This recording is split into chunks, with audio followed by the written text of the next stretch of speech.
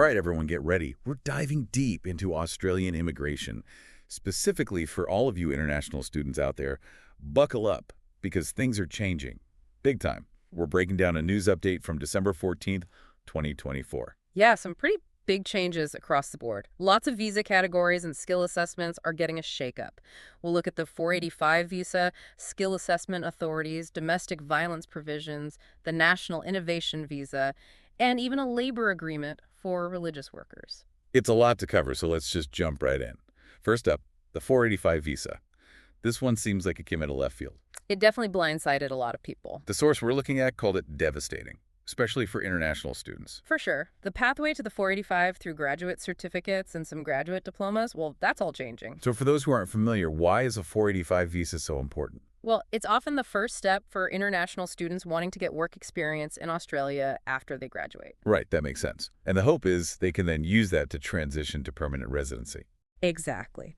But just a few months ago, they announced that graduate certificates would meet the Australian study requirement, or the ASR, for the visa. Oh, so they were eligible. Yeah, and now they've done a complete 180, completely removed the link between the ASR and the 485. So hold on, what does that actually mean for students, the ones who are planning on using that pathway? Well, they basically redefined degrees within the 485 legislation. Uh-oh.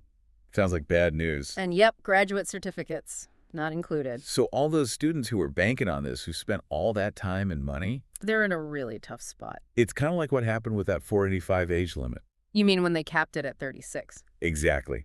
It just feels like they keep pulling the rug out from under these students. What happens to the students who are already enrolled, the ones hoping to use their graduate certificate for the 485 visa? Unfortunately, not much they can do about the 485 now. Graduate certificates are out. So that's it. No options left. Well, there might be a little bit of hope for those studying graduate diplomas. Okay, so they're still eligible. They are, but it's going to be much harder, much stricter. How so? What are we talking about here? Well, now the diploma has to be started either in the same academic year or the year right after you finish your bachelor's, master's, or PhD. So you can't wait a few years to start it. Nope, pretty much has to be back to back. Okay, that's one hurdle. Anything else? And the content has to be directly related to your previous degree. So no switching fields to try and stay longer? Pretty much, they're pushing for a straight line from one degree to the next. So what's with this sudden shift? I mean, it wasn't that long ago they announced graduate certificates would be included. Hard to say for sure, but you have to wonder about their motives. Maybe they're trying to narrow the focus of the 485. You mean make sure it's only for work experience directly related to your field of study? Possibly. Or maybe they're just trying to manage the number of applicants. Prioritize those with higher level qualifications. It definitely makes you wonder if Australia is becoming more, I don't know, picky about who they let in. That's a good question, and something we should keep in mind as we go through all these changes. Speaking of which, there's another change that suggests they're trying to take more control. Which one's that? The increased scrutiny on skill assessment bodies. Ah, right. The source mentioned those organizations are now facing penalties. Yep, government penalties. And they could even lose their authority to assess skills if they don't shape up. Wow. That's a pretty big deal. Why are they doing this? Well, remember, skill assessment authorities are basically the gatekeepers to the Australian workforce. They decide if a foreign worker's skills actually stack up. Exactly. Yeah. It's a crucial step for pretty much any visa application. And the source made it sound like being a skill assessment authority, that's been a pretty sweet gig. You could say that. Lots of autonomy, not a whole lot of oversight. But that's all changing now. Yep. The government is stepping in, maybe because of all the public concern about how some of these authorities have been operating. I guess when you have so much power, there's always a risk of things going wrong. So who's in charge now? Who gets to make the call about these skill assessment bodies? Well, the Minister for Skills and Training, Andrew Charles, he has the final say. And wasn't he the immigration minister before this? He was. So he definitely knows this system inside and out. Interesting. So what does this mean for organizations like Trade Recognition Australia or TRA and VEDASes? The source mentioned them specifically. Those are two big ones, known for their long processing times. So this could really shake things up for them. It could. I mean, if this leads to faster processing, more accountability, that could be a good thing.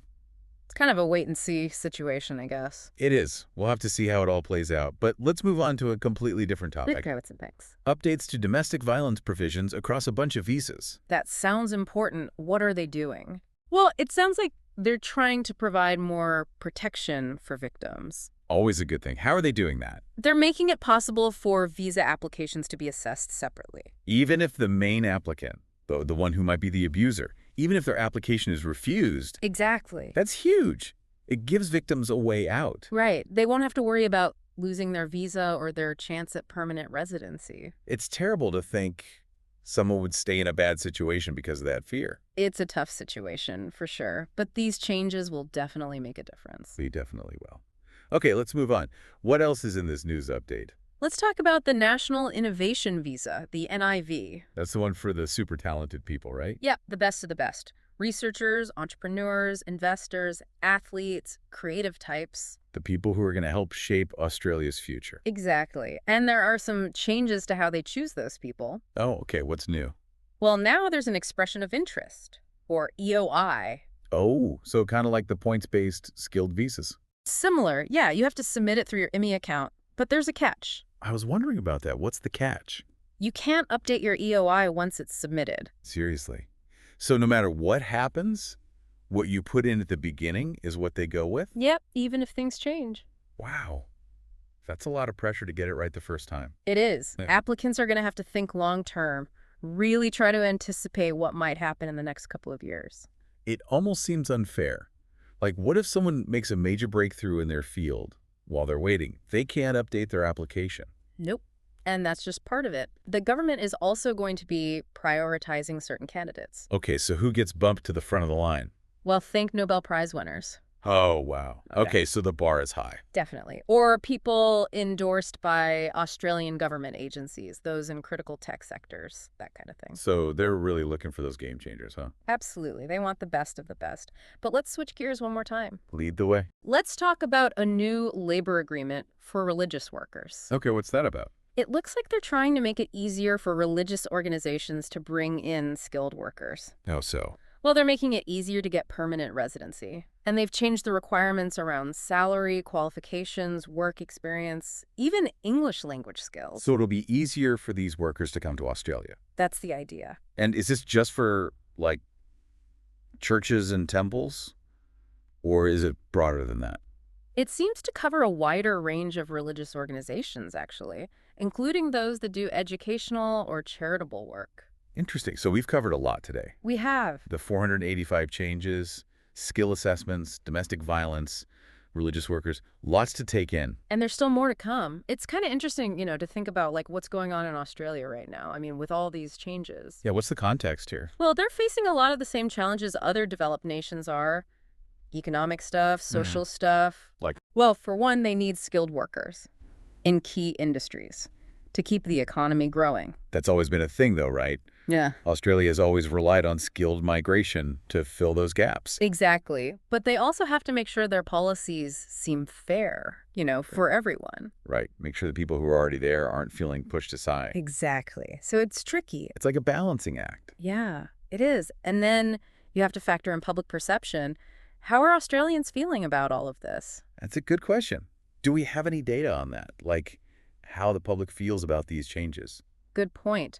It would be interesting to see some polls. Maybe that's something to look into for a future deep dive. I'd be down for that. Because it's not just about the rules, right? It's about people. It's about how these changes affect real lives. Couldn't agree more. Yeah. And speaking of real lives, let's get back to those international students. Yeah, they seem to be getting hit pretty hard with all these adjustments. For sure. The 485 visa changes, those are a big one. I mean, the source was pretty blunt. They called it devastating. Right. And we have to think about the long-term effects, too. Like what? What if this makes Australia look bad? Like they're not friendly to international students. Yeah, what if it discourages students from choosing to study there in the future? Exactly. And that would be a huge blow to their education sector. I mean, think about how much they rely on international student revenue. It's not just about the money, though, is it? It's not. Those students bring a lot to the table. New perspectives, skills. Losing that could have a ripple effect. We might not even realize how big the impact could be. Yeah, it's like they're focusing on the short term, but what about the long game?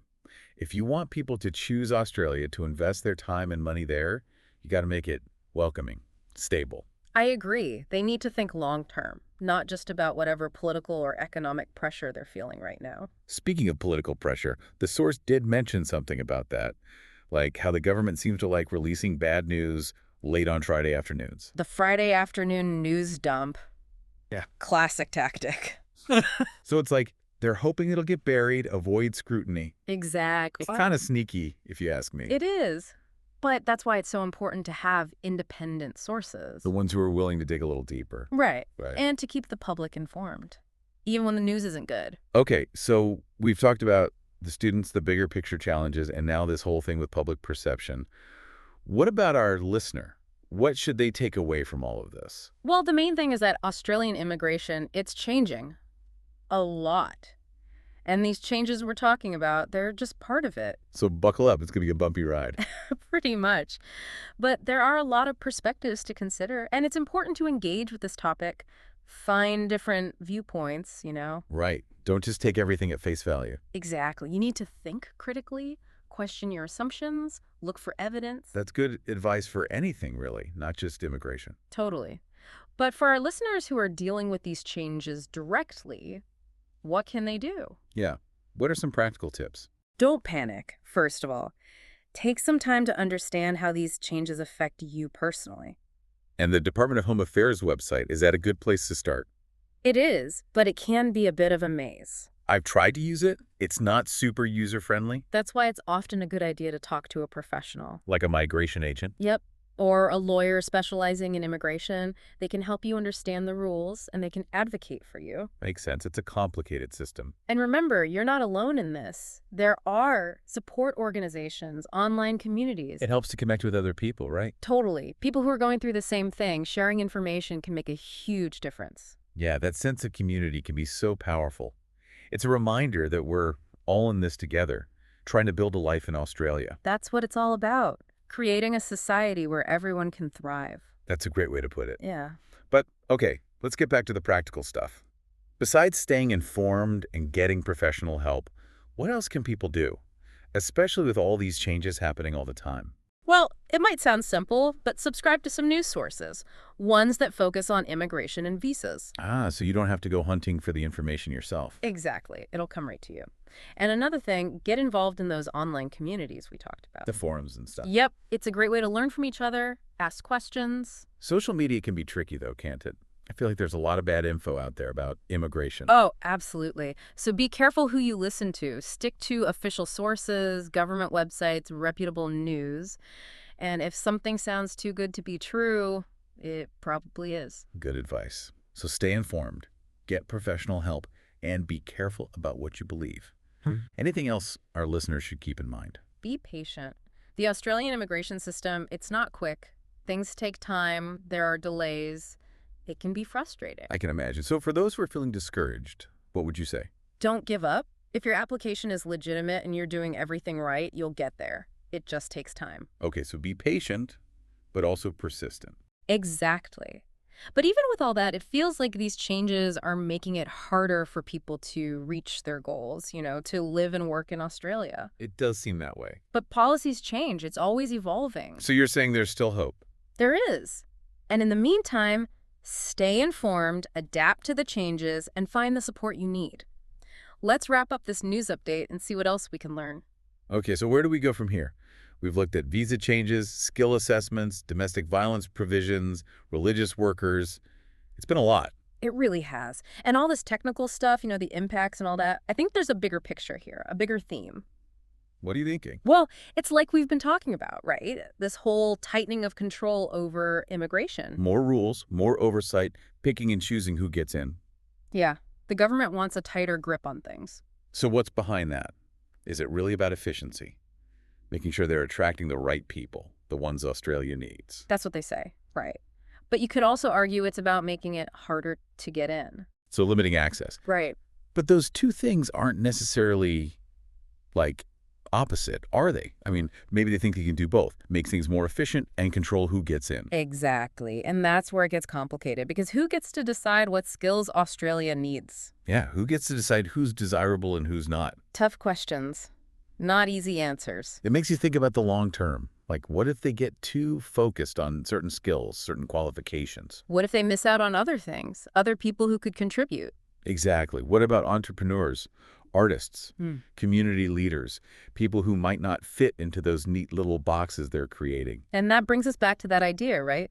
Is Australia becoming less welcoming? Are they choosing the economy over everything else?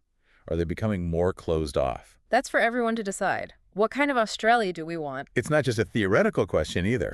This is real life. It is. Real people are being affected by this. So yeah, like we said before, stay informed, stay engaged, pay attention to what's happening. It's not just about understanding the rules either. It's about thinking about our values. What do we stand for as a country? What kind of Australia do we want to create? One that's open to everyone, or one that's more focused on, I don't know, just the bottom line? And how do we treat the people who are already here, the ones who came from somewhere else? It all comes back to that, doesn't it? So keep those questions in mind. Talk about it with other people. Make your voice heard. All right, everyone, it's been a big one today. Lots of information, lots to think about.